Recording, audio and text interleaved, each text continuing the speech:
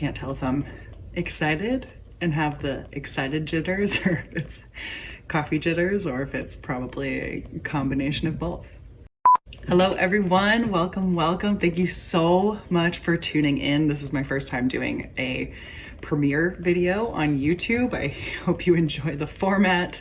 I don't really know what to expect here. I'm so excited and I hope you are just as excited to hear what my announcement is today. I've been working on a really fun and exciting, how many times am I gonna say exciting in this video, project that I'm ready to share with you guys. But first, I do want to briefly introduce myself. I'm assuming most of you have probably seen at least one of my videos before, but you probably know me from YouTube and probably think of me as a YouTuber. But this YouTube channel and my blog and my whiskey club and all the tastings that I do, and this blog's neat as a whole, was created as a COVID project. It was a way for me to share my knowledge and passion for spirits with anyone who was curious while we were forced to stay at home. But my background is in chemical engineering, and prior to COVID, I was the research chemist for a high-tech distillery out here in LA. And one aspect of my job was to educate consumers as they came through in our production floor and in the lab that I built. And I really enjoyed that. So not only do I have a technical background and experience in R&D and chemical analysis and on the production floor of a distillery, but I also love to share all of that with others. And recently I was asked how I went from chemical engineering to the spirits industry. And honestly, chemical engineers are more than equipped to work at distilleries, especially larger distilleries where they're essentially ethanol production plants. And if you watch my videos, you know that the industrialization of spirits is not what excites me. It's not what I love about spirits. And I think that would disappoint a lot of my chemical engineering professors. But I love that distilled spirits are such a beautiful combination of art and science. And it was pointed out to me that I really lit up when I spoke about all the different nuances that go into making spirits, starting from the raw ingredients and how they're grown, that whole agricultural aspect, all the way up to the final process of aging and blending and everything. I view spirits as essentially a way for you to taste your experiments, right? You get to put your science experiments into your mouth, which is not what you normally get to do in a lab. So as someone who's worked in spirits, making spirits, tasting people on spirits, I feel like both a scientist and an artist. And the scientist in me takes copious notes and loves to share my results when I tweak one variable at a time with others, while the artist in me reminds the scientist to kind of step back, be an observer, let like nature do its thing. But ultimately, I love that I get to taste the differences that any subtle change makes in the flavor profile. And I want to be able to share that experience with others. If you're a regular viewer of my channel, you know that I do document all of my experiments and share them with you as I can, on YouTube with videos. But I want to be able to share those experiments with you beyond just videos. So with that, here comes the big announcement. Drum roll. If you're one of my patrons, you've been hearing me talk about this for weeks. And so I really, really appreciate all of your support through all of this. But I started a rum company, and the focus of my rum company is on experimentation and transparency. And this means I'm actually going to be able to share my experiments with you guys. I'm going to actually be able to share my rum with you. But let me back up a second. So this is a collaboration project between me and Aaron Rockier, who is the owner and operator of Dead of Night Distillery out here in LA. He makes wonderful spirits like gins, other botanical spirits, liqueurs, amaros, and you should definitely check them out. But because of this collaboration, I'm essentially able to act as an experimental distiller at his distillery. So let me introduce to you my very first batch of rum. So my brand is called Rum et al.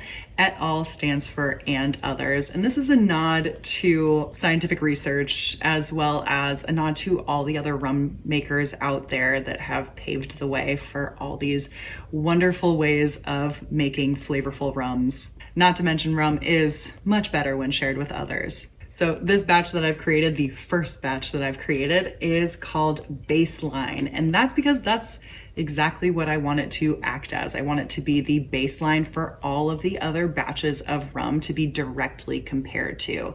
And that comes from how it's made. This is a molasses-based double pot distilled rum that's completely unaged, and the only thing that's been added to this bottle is water. If you watch this video right here, you'll know exactly how to make Baseline. That's the recipe that I used, and I will post another video where I actually show you the production process for this batch in particular. But it is from baking grade molasses. It's fermented using a distiller's yeast strain of Saccharomyces cerevisiae, and it is double pot distilled. Being that it is made from molasses, water, and yeast, simple as that, means that I'm now able to tweak one variable at a time. For example, next batch, I'm planning to add dunder. So we get to see what the direct impact that dunder has on the flavor profile of a rum.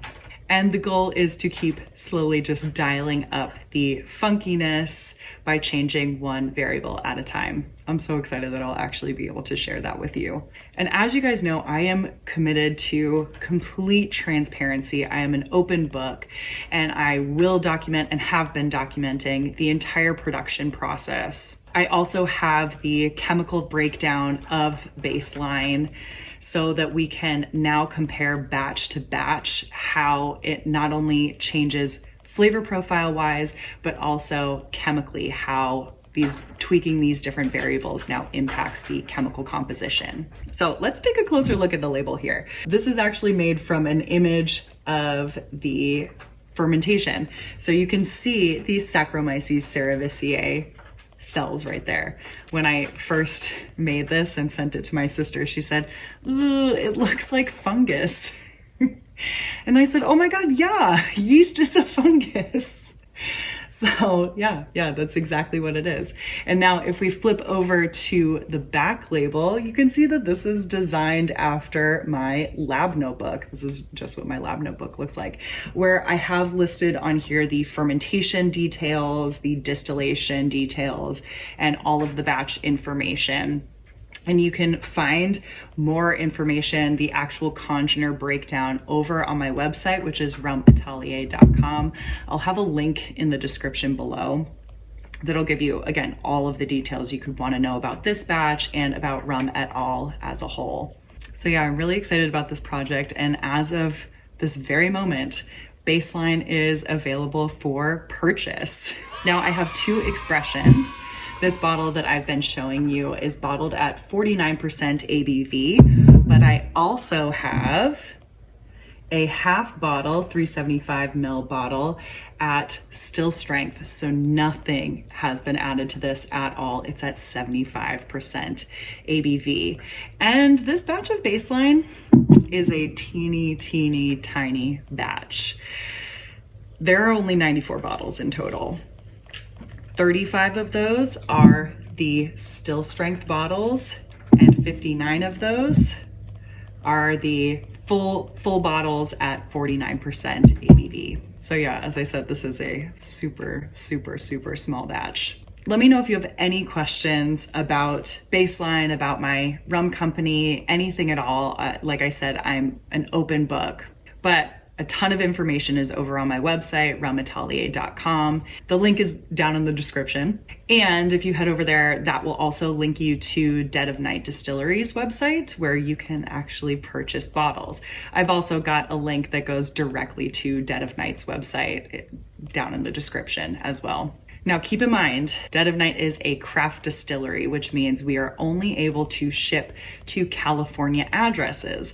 So if you want to buy a bottle and don't live in California, maybe you have a friend who does, who wouldn't mind you sending your bottles to their house and hanging on to them until you get to see them next time, and then they get to give you their bottles. Anyway, let me finish this video by actually tasting you on Baseline. And I'm going to taste you on Baseline still strength, so at 75% ABV, because that's what I poured into my glass and have been letting sit for the amount of time that this video has been going. So on the nose, there's definitely some warmth here that says like, hey, I'm not a 40% ABV spirit, but I do get a lot of flavors. Overall, it's pretty clean, which is what I was going for, right? This is just molasses, water, and yeast. There's no dunder, no muck, nothing like that, no spontaneous fermentation that would lead it to be super funky by any means. So it is pretty clean. But on the nose, it just reminds me of a cheese Danish with like a ton of dried fruits, like a ton of raisins, a ton of figs, and there's some citrus on here as well. Like I'm getting key lime as well as some grapefruit peel, or maybe it's just the oils. There's a little bit of like a woody characteristic, but it's not straight up wood or mulch or anything like that. It's more like dried leaves and branches. And I definitely get some spices. There's cinnamon, and then there's a lot of star anise.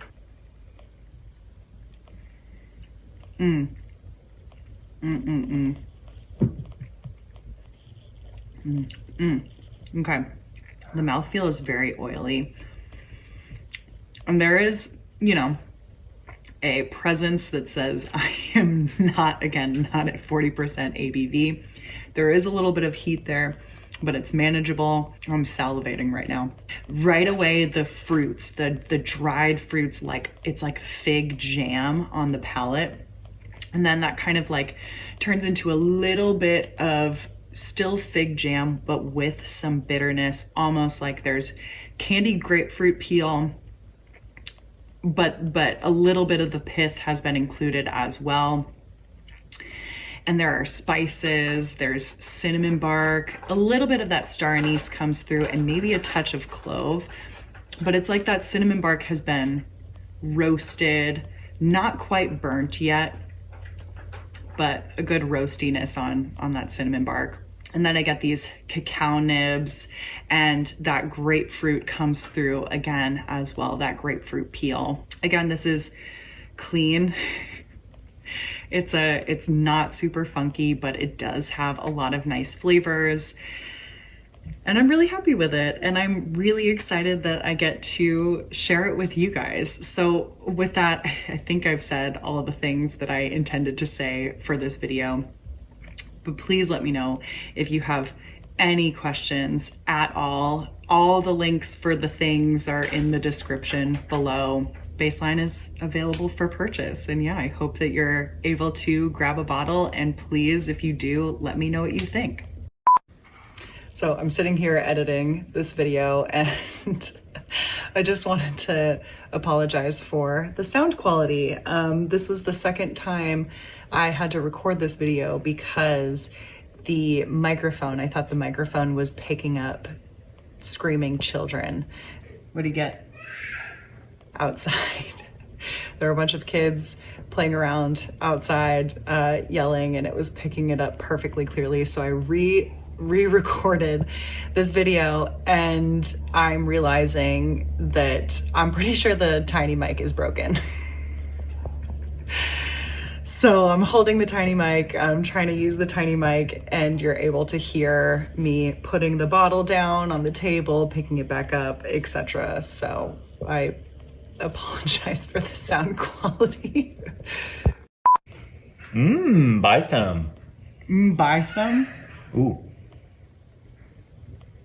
Yeah, kind of a sweet cheese Danish. Are you just repeating what No. I said? No. That's very good.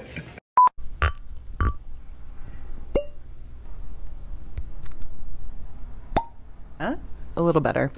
Let me apologize for these caps, guys. I really liked them because they were silver. I thought they looked so cool, but they're kind of hard to open. They're slippery, especially the first time you open them. As you keep opening them, they do become easier. So open your bottle often. But oh man, yeah, they're a little slippery.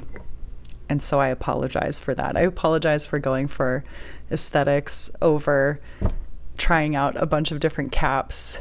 I find that if you kind of wiggle side to side instead of trying to twist, because there's no grip on it, wiggle side to side, that'll make your life easier. But they're snug caps. Snug and slippery.